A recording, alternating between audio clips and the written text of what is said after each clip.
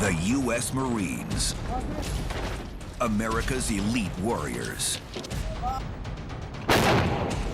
Marine training is legendary. They are the first to fight in American conflicts. And Marines must master assault tactics and weaponry. From the sea, on the ground, and from the air. But the legendary battlefield tactics begin here at the USMC School of Infantry. It's where new Marines are trained in the arts of war and the tools of combat. 50 cal machine guns, shoulder-fired missiles, attack helicopters. And it all comes together at the famous assault training called Mojave Viper. This is live fire Marines. Camp Pendleton, California, the largest Marine base on the American coastline. It's over 300 square miles of pristine California wilderness. Its tranquility broken only by the sound of live fire.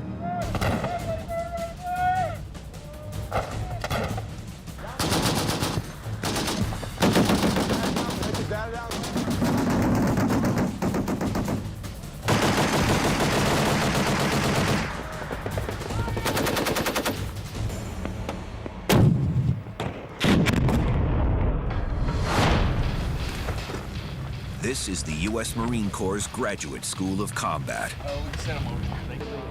Every year, 38,000 new Marines get out of the hell they call boot camp.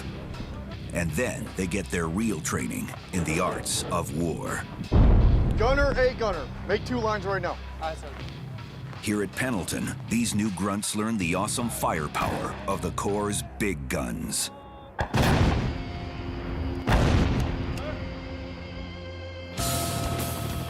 Here, Marines learn the aerial tactics of helicopter rocket attacks.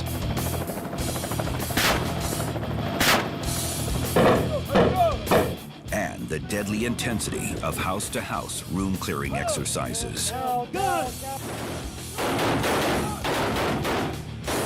It's one of the most intense training courses of any branch of the U.S. military. So clear. Hurry up.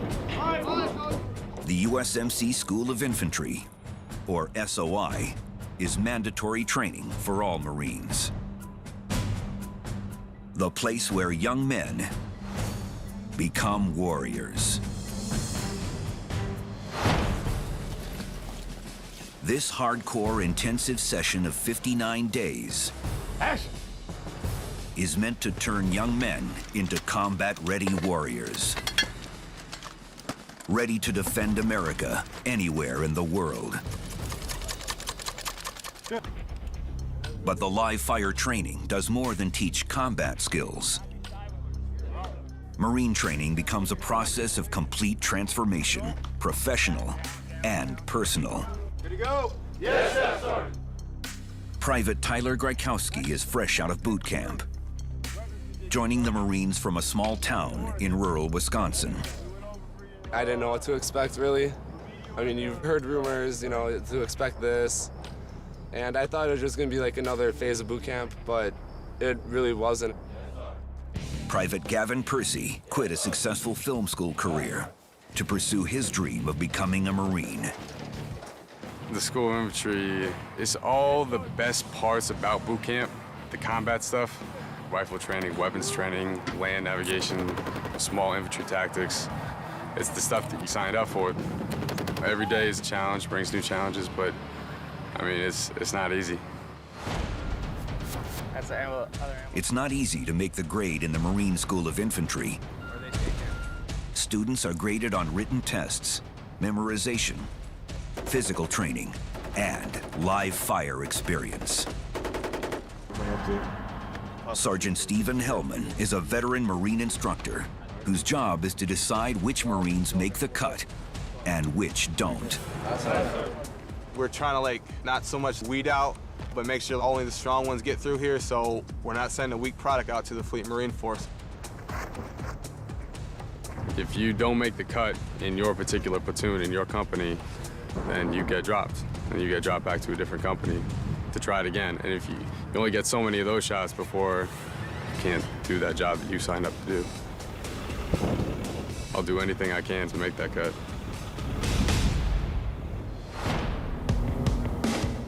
Competition is brutal. Standards are high. Tolerance for failure is low.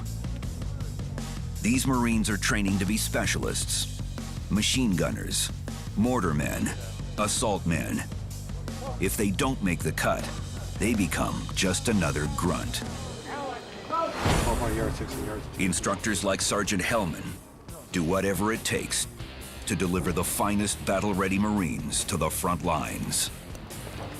I have 21 Marines, and I have to make them understand the 240, the 50 cal you see right here, and the Mark 19. And once they understand that fully, they each do a shoot, and they each take tests. Once they pass these tests, then I know that I've done my job. Okay, time starts now. Begin.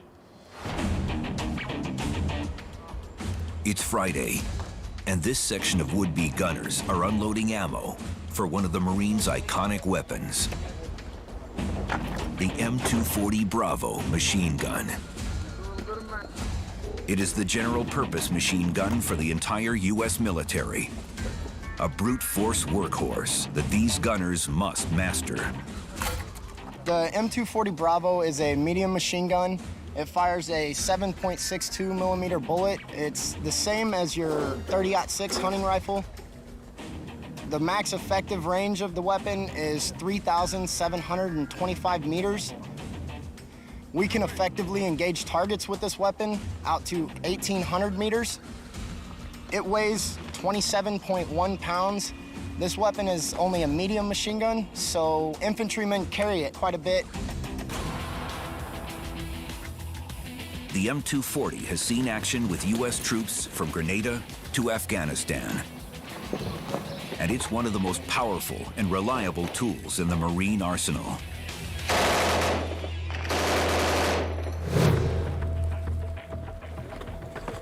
Here, new Marines unload their 240s and set them up on the range at Camp Pendleton.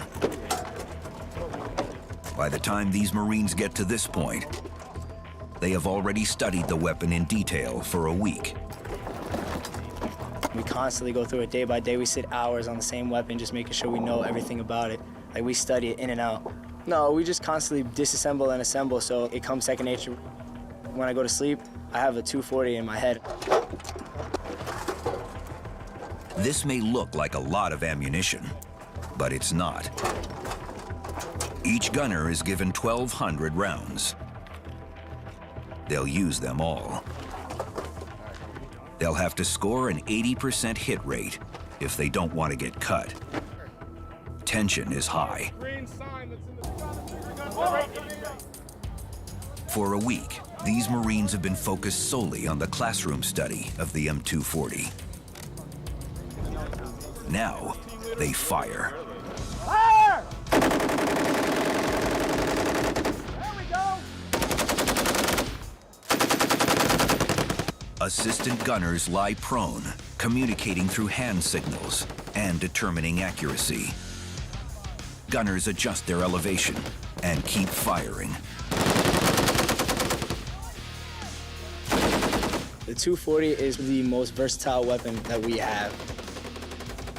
We get to choose where we want to be positioned on the top of the hilltop, and we get to do the suppressing fire. We're the ones that are keeping the enemy's heads down while they get to move in. Hey, go to the rear. Let's go. Once the groups of machine gunners begin to master the targeting and firing, they work on tactics like talking guns. Talking guns is where you have two sets of guns, and one is going to be firing, and then as soon as the other is done firing, the other gun's going to open up with its rate of fire.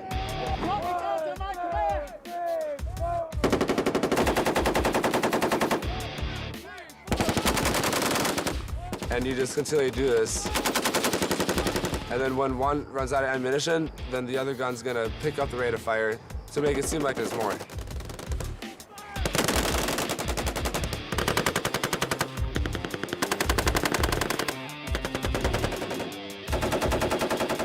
After 3 hours of bone-rattling gunfire, the instructors examine the results. Not everyone is going to make the cut. You get knocked down to the bottom of the ladder again. You think you're coming in and you're ready to go, and find out you're not as big as you thought you were, and you got to start all over again. Making the cut will take everything these Marines have, especially on the next weapon in the arsenal. The big brother of the M240, the .50 caliber heavy machine gun.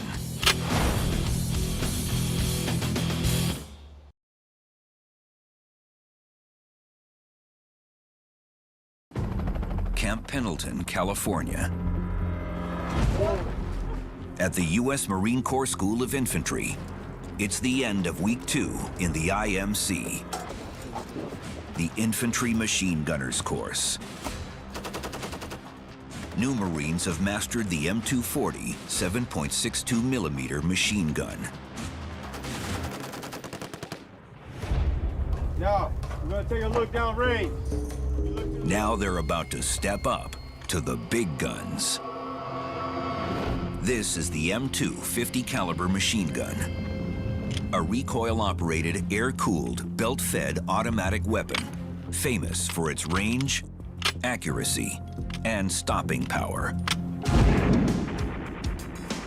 Also known as the Ma Deuce, this classic design has chewed up enemy forces, from the Nazis to the Taliban. With a maximum effective range of over 4 miles and a firing rate of more than 500 rounds a minute, the .50 cals are the Marines' heavy weaponry of choice on the battlefield. The 50 cal is basically one of the better weapons to have on a convoy, and they're usually on the front chuck just because their freaking firepower is so overpowering.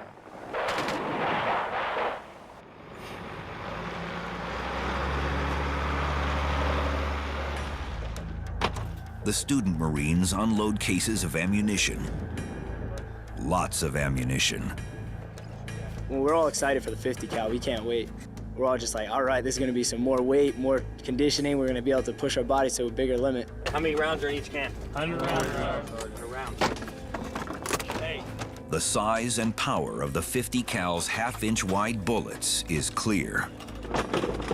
The rounds, they can go through like a Humvee's steel. They can go through concrete, they can go through mud walls, anything like bunkers and things like that, and personnel carriers that the enemy might have. Quickly, let's go. Metal targetry. Beaten zone all around it. There's your TRP-1. Who does not see TRP-1? A weapon this large needs a lot of training to master. Hey, come directly to the right of that. They started last Friday on these weapon systems, and they got classes from basic characteristics, troubleshooting, unloading, loading, and they just started from there. Are we good? Remember, that's up to you to judge the distance, right? They have to learn how to take this gun apart and put it back together under 3 minutes, which is pretty dang tough. A 2-man crew is needed to fire the M2. And some of these trainees may not make the cut in learning the M2's elaborate firing process. First of all, to load the weapon, we had to clear the weapon. We pull the tracking slide handle to the rear, clear it out. There's nothing in there, so it's clear. So we'll go home, empty chamber. We put the rounds on the feedway, right here. And now we're in condition 3.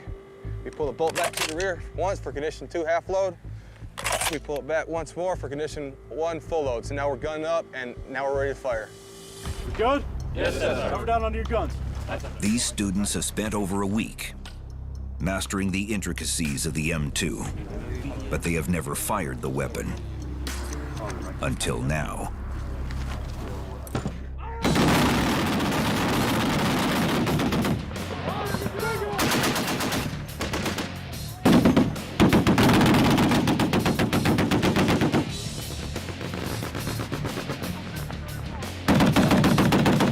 The sound wave dozen 50 calibers firing at once literally shakes the flak jackets and helmets of the instructors.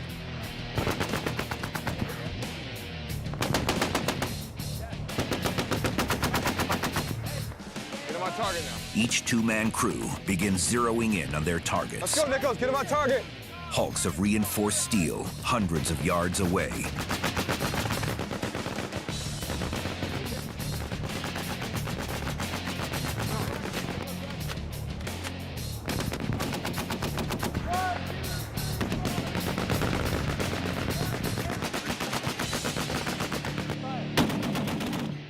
Today we had the armor-piercing incendiary rounds.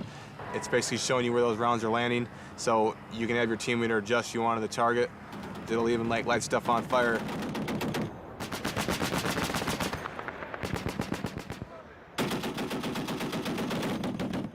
Once each Marine has fired a few hundred rounds, That first Marine, get up here. it's time to take their place behind a Humvee-mounted M2. It takes practice to keep the M2's thumb trigger depressed against the massive kick of full auto mode. Push into it. Push into it all the way to the freaking right. All your little body weight. It takes a lot to get each step right with the M2 and keep from being cut. I kind of go through the mental checklist of, am I doing everything right? I mean, pretty much the mental checklist of, is my sergeant going to start yelling in my other ear or not if I'm doing something wrong? Let's go. Set all your weight down to the right. So they might raise the voice to make a correction, but then again, we are firing 50 cals. You know, if they're yelling at you, you might be doing something unsafe, and that needs to be reinforced because, you know, there's no playing around with these weapon systems. You know, you got to be safe with them. Hold on to the damn gun while you're counting. Longer burst. 1, 2, 3, 4, 5. A dozen machine guns, 21 new Marines, several thousand rounds of ammo, and these Marines have a new appreciation for their own firepower. It takes your breath away. It's loud. When you shoot, you can just feel the percussion going through your body, and it's unreal. My adrenaline got pumping so hard that my goggles started fogging up. You know, it definitely gets under your skin a little bit. To the point where you're, in that moment, absolutely loving life. I mean, firing on these weapon systems there's not a feeling like it. It feels amazing. Each step in the School of Infantry is watched and evaluated. The goal is not to fail those who aren't prepared, but to make sure every Marine is ready to go directly into combat. Okay, just get the gun on target. That's all I'm worried about. There you go. Fire when ready. Go ahead. We're always being graded. Like, everything that goes on, it's a performance-based thing. So if you're not doing well, they're going to coach you up, and they're going to set you up and prepare you to do better. Sergeant Nathan Glawi has overseen these young Marines through the first half of SOI. There's a lot of transformation from when he shows up in classroom on day one to when he leaves, because they're already Marines. They've already made it that far. It's making them confident in their abilities to actually conduct warfare when needed, and yet still uphold the standards that a Marine has to uphold. The challenges are about to become greater as these new Marines experience night combat, shoulder-fired rockets, and the awesome firepower of Marines in the air.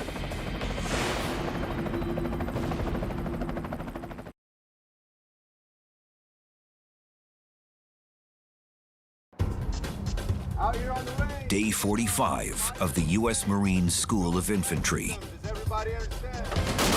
A band of men straight out of boot camp are halfway through this graduate school of combat. Hey, gents, we ready to fire rockets? Yes, Sergeant. With all that hard work?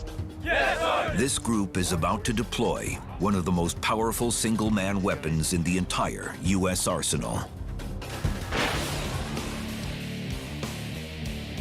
The Mark 153, also known as the SMA. The SMA is a shoulder-fire, multi-purpose assault weapon. It's got 4 different types of rockets. The rockets that they're shooting today are the high explosive dual mode. If it's a soft target, such as a bunker or a building, it goes through the target and detonates. If it's a hard target, such as an armored vehicle, a tank, or a heavily fortified building, as soon as it hits the target, it explodes. MK-153 small, right? Yes, sir. How much does it weigh? 16.92 pounds, right? Yes, sir. All right. Immediate action. What do we do? Each Marine begins to unpack the weapon's components, from the high explosive rocket to the launch tube. These pieces, when put together, can take out anything, from a reinforced bunker to the world's most powerful tanks.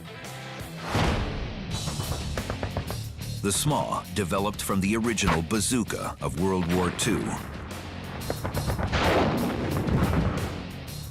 But new generations of development have created a far more powerful weapon. This is how the Marines are taught to carry the weapon. It's the cradle carry, what we like to call it, and this is their life and limb right here. You have your shoulder rest right here. So you're gonna just simply pull it out, put it in your shoulder, just like this. So after you pull it out, you're gonna hold it, the small just like this, looking down range, acquiring your target. Once you have the target locked on, then you go ahead and fire your rocket down range to your target. Gunner, A gunner. Make 2 lines right now. Training is intense because the consequences of failing could be deadly. Rocket! Instructors stand next to the Marine shooters to give guidance Load. You shot your stun rifles too fast, Marine. and grade performance.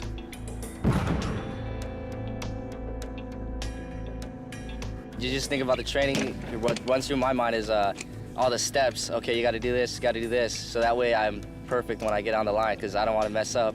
You know, these are dangerous weapons we're handling, so you definitely don't want to mess around with them. But when deployed properly, Unload. there's nothing like the SMA's deadly effectiveness. These trainees are required to make an 80% hit rate or face getting cut. Everyone's doing outstanding. As you can see, my target down range got blown up. And that's the first time I've ever seen that one. So the Marines are hitting their targets very, very continuously, so my hat's off to them. Go.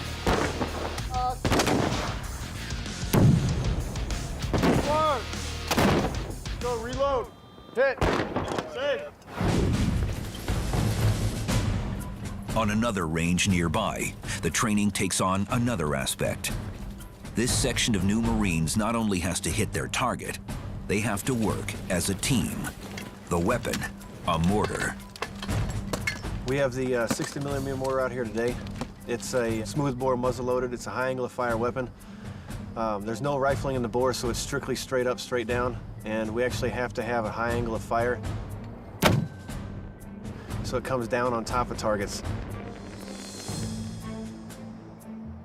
Since World War II, the 60mm mortar's mobility and explosive power have defended Marines in combat. And they're found on battlefields in Iraq and Afghanistan.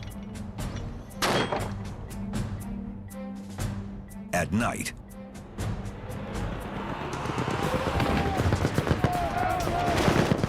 mortars can fire illumination rounds that drop using parachutes,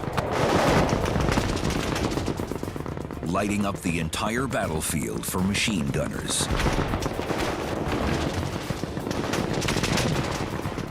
Most of the time, a mortar is deployed in the field actually to cover the advance of an infantry unit. I mean, it's my job and the job of my students in the future to actually put rounds there so that enemy has to duck. Now they can't shoot at anybody, and hopefully there's not as many of them when the riflemen get there. Training in mortar fire is as much about working together as it is about hitting a target. Good to go? Yes, good. From the time you see an enemy, you have to get the gun set up as quickly as possible and get your sights on target. The faster you get it up, the faster you get on target, the faster you can fire. If you can see them, rule of thumb is they can see you. So when you fire, then you need to get up and get out of dodge real fast. Otherwise, they might be coming to find you.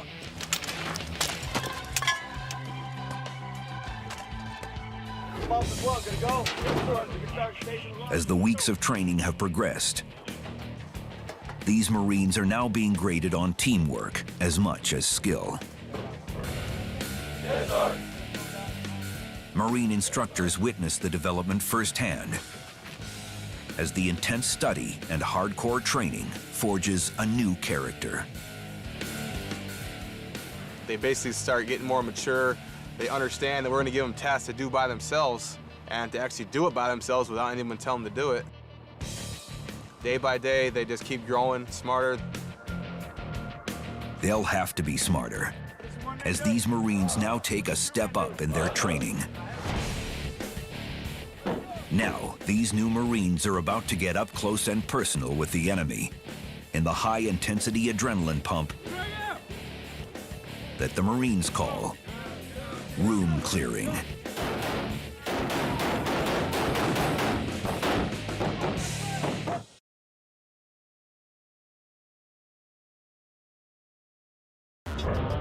After 6 weeks at the School of Infantry, Marines have trained with powerful long-distance weapons, like the 50 cal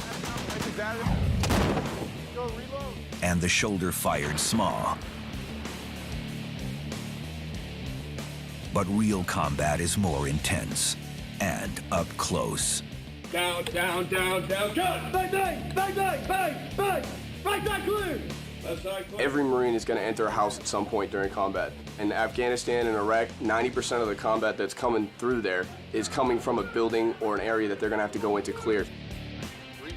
Here at a mock-up of a small village, the students of the School of Infantry face the intensity of urban warfare. Just like in actual combat, they'll be fighting an unseen enemy in close quarters, using live ammunition. Room clearing is a completely explosive kinetic event. From the kick down of the door to clearing the corners straight into the room, it's a lot of flow, and you have to know the guys in your squad. You got to know what's going on with everybody else, because, I mean, if you don't, someone could get shot. They begin with an unloaded walkthrough and a grenade toss. Instructors stand behind each Marine on the first pass, explaining exactly what to do and when. Straight up front, right? How many rounds does it get? 2, sorry. Then what? 2 sides. Then what? 1 in the head side. And then what? There are specific rules to follow in the chaos of close-quarter combat. All right, so basically what happens is the Marine comes in, he's going to check his fatal front. He's going to move towards the side to check his first threat. His first threat is this target right here, so he shoots a hammer pair into the chest. The next is going to be a hammer pair into that chest right there. And then to ensure that the target is down, he shoots 1 shot to the head, 1 shot to the head as he moves to the corner. Bang, bang, bang, bang, bang, bang! Right side clear! Left side clear. Room all clear! Once both sides of the room are clear, they say room all clear. They're gonna move their weapons down, and then they'll move on to another room if there is another room. The intensity of the training can cause these new Marines to make mistakes. Okay, why did you do that? Which is why this training is so vital. When you get in country, there's not going to be those safety checks, and the last thing you want to do is hurt another Marine. So if they're yelling, it's for a damn good reason, I'll tell you that. Okay, what was that? What was that? What were you taught? House clearing, it's a lot of fun when done right. It's beautiful to watch when done right, but it can be very dangerous. It's a very harrowing experience in real life. Now, after walkthroughs with their instructors, the teams of Marines go into mock combat, fully loaded.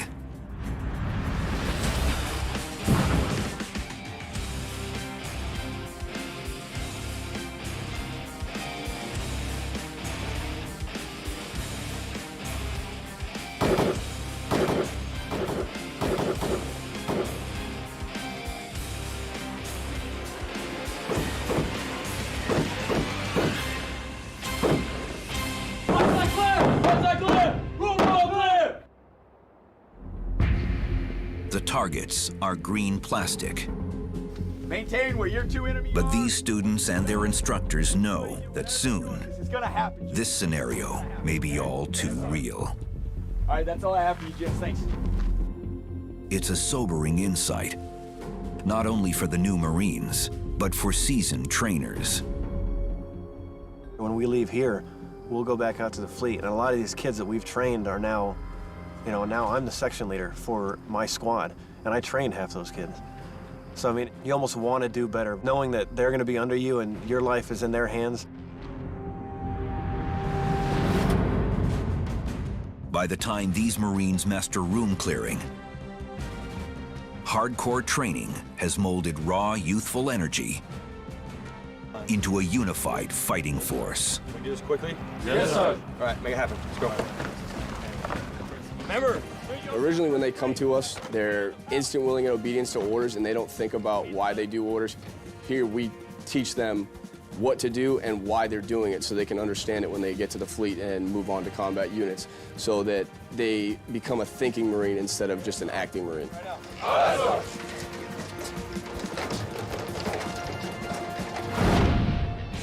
For some Marines, the stakes are about to get higher. Aboard an attack helicopter for a mission that demonstrates the awesome firepower of Marines in the air.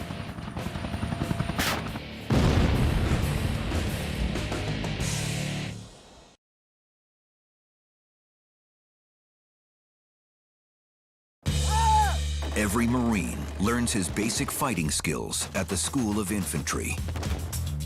But some Marines will go on to take the battle into the air. For nearly 100 years, U.S. Marine aviators have been flying missions. From the days of biplanes to today's deadliest assault helicopters.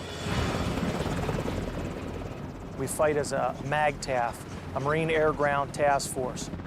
So anytime we go to fight, there's a ground combat element, there's an aviation combat element, whether it's in contingency operations, whether it's disaster relief, or whether it's fighting full-scale combat operations in Afghanistan. The MAGTAF is really the fundamental of our warfighting ethos as Marines. Marine aircraft ranges from C-130 cargo planes to the massive troop transport helicopters. At the Marine Air Base at Camp Pendleton, pilots are preparing for a training run. Today, they're loading rockets and machine gun ammo for a mission that simulates an air assault on a distant target.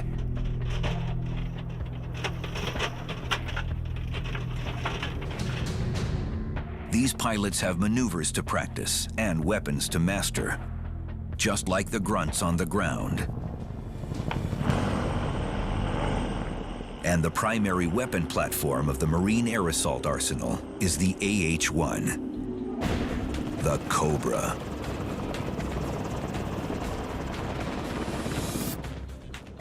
"58 feet long, only 38 inches wide at the cabin, this sleek, four-bladed chopper is the cutting edge of military helicopter technology. You can see by the nature of that platform, it's not for hauling cargo around. Its sole mission in life is to deliver ordnance against our nation's enemies. Today's training mission is about to go hot.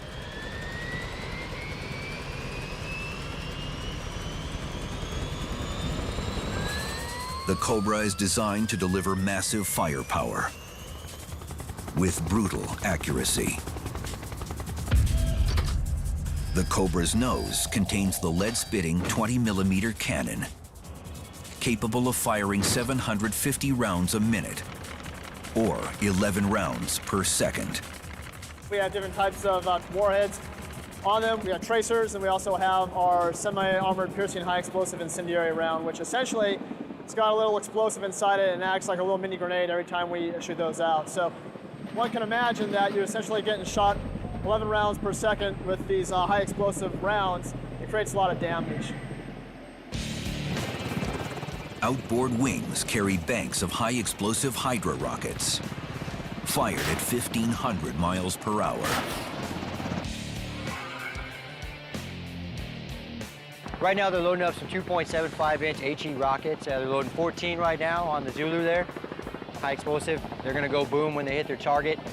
But I believe the casualty rate is about 50 meters per rocket. It's pretty destructive. These 5 pounds of high explosives can flatten buildings. Fragments of iron erupt from the warhead, killing everything in a circle of 150 feet. The Cobra can carry 19 of these devastating devices on each side. Basically, you have a lot of things rolled up on one in the Cobra, and we can go out there and fight pretty much anything on the battlefield today.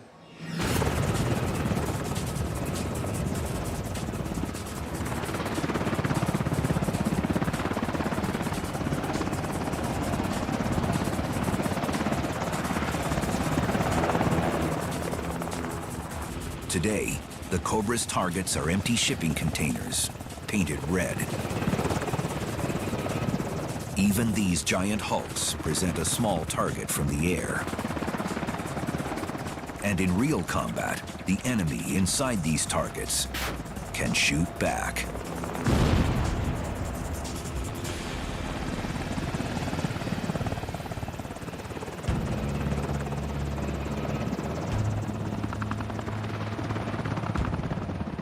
The sound of incoming Marine Cobras is known and feared around the world. It's a very, very large blade, distinctive sound. As a matter of fact, that oral signature is what the enemy fears. So when you have AH-1s flying overseas in Afghanistan, typically the shooting stops until they go away. When the enemy hears those helicopters coming, they know that it's typically not going to work out very well for them.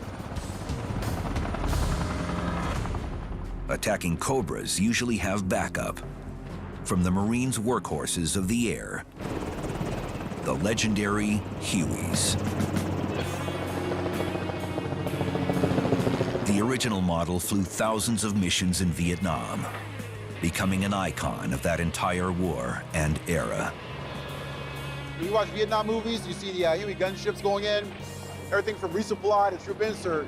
Now you have the same Huey for this century, which has better sensors, better avionics, carry more people, more fuel, and also more ordnance. So, utility helicopter with a twist in a sense.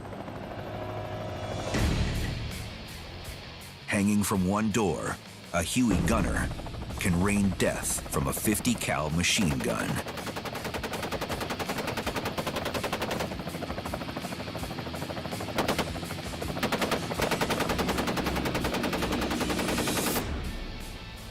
On the other side, lead spews from a GAU-17 minigun with 6 rotating barrels. It has an exceptionally high rate of fire, 3,000 rounds per minute. It's really going to give you the capability to throw a lot of rounds downrange. It has a great suppressive capability. It will give you a lot of firepower when you need it. So it's one of the guns we love to have overseas.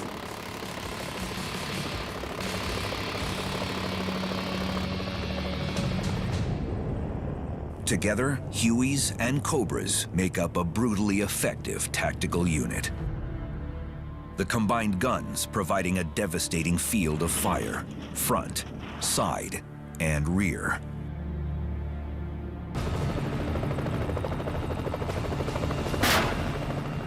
Whether practiced in Camp Pendleton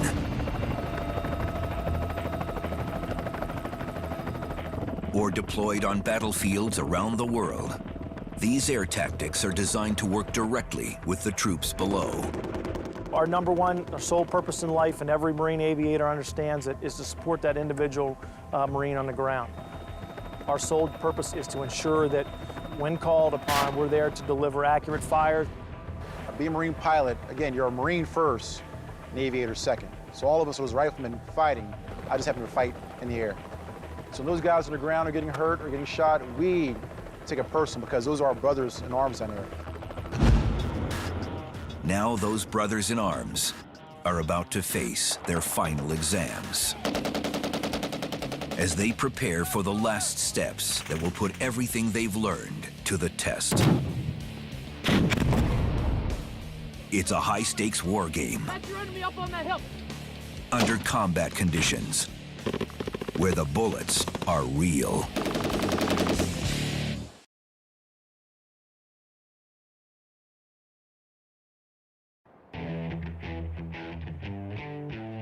The Mojave Desert.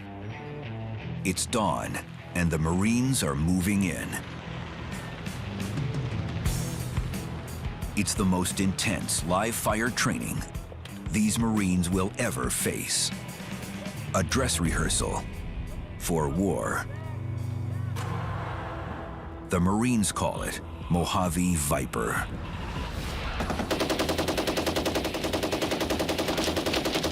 It is the Marine Corps' premier live-fire training range in the United States, due to it being just under 940 square miles of what is essentially free-fire area. It's mainly for all the platoons working together as one. Maneuver warfare, essentially. How to use all of our elements and assets organic to our company and apply them all at one time. New Marines have trained for 2 months. Those that survived the cut at SOI must now spend 30 days here at Mojave Viper under combat conditions to complete this notorious final exam.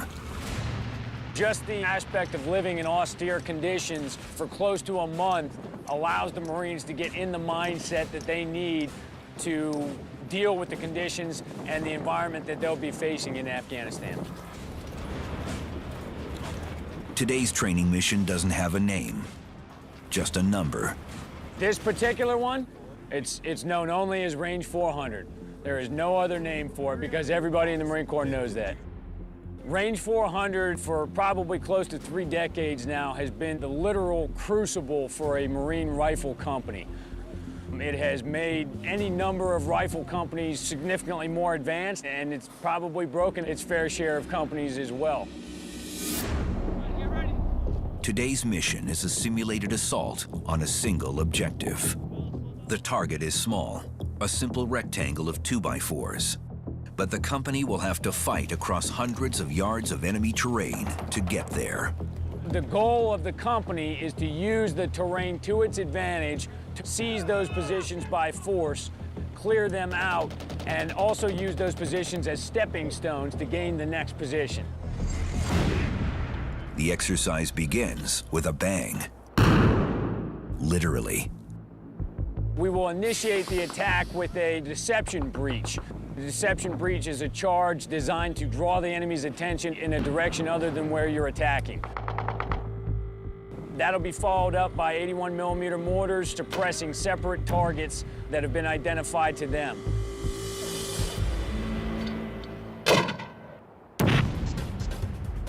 Mortars rain destruction on the distant target.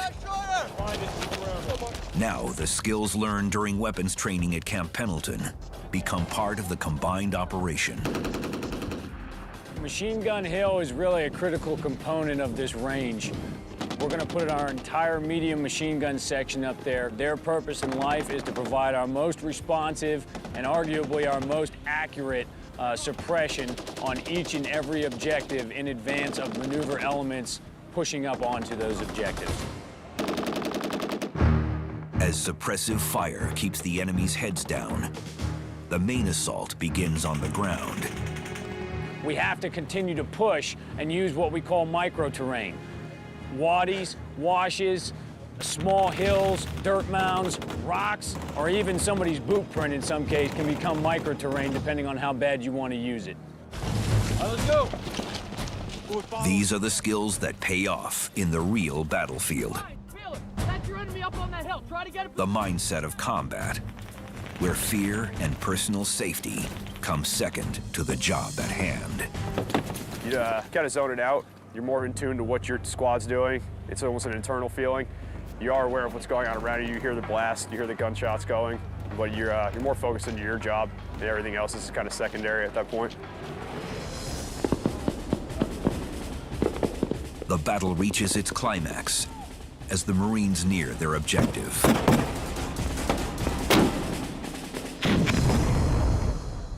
Arguably one of the more dangerous points in an infantryman's life is when he's the first man through.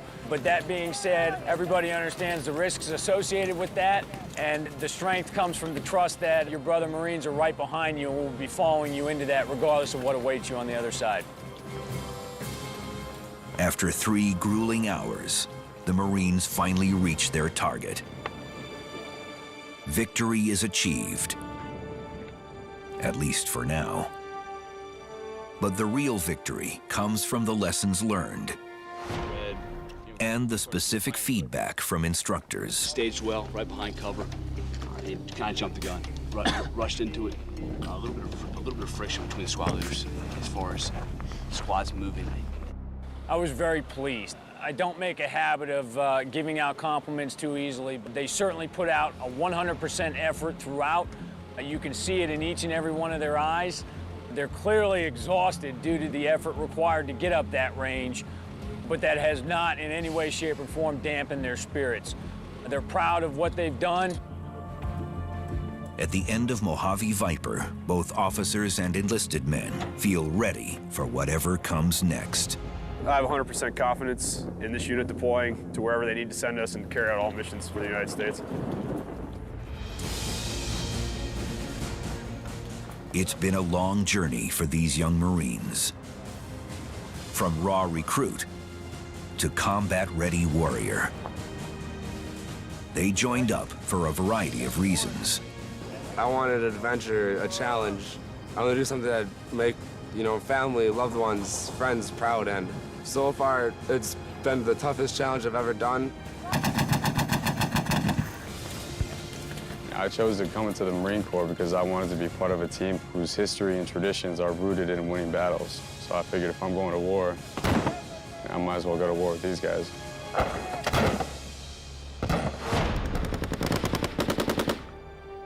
Three months of intense training has created not only better warriors, but better individuals. I think it was the transformation of a person, looking at who I was before I went through it and who I was after. I mean, as cliche as it may sound, like there was definitely a huge transformation, and it was the best thing I ever did in my life. 59 days in the School of Infantry, 30 days in the Mojave Desert, and a new batch of young men have transformed from simply citizens to battle-ready Marines, ready to protect and defend their nation, wherever it may send them.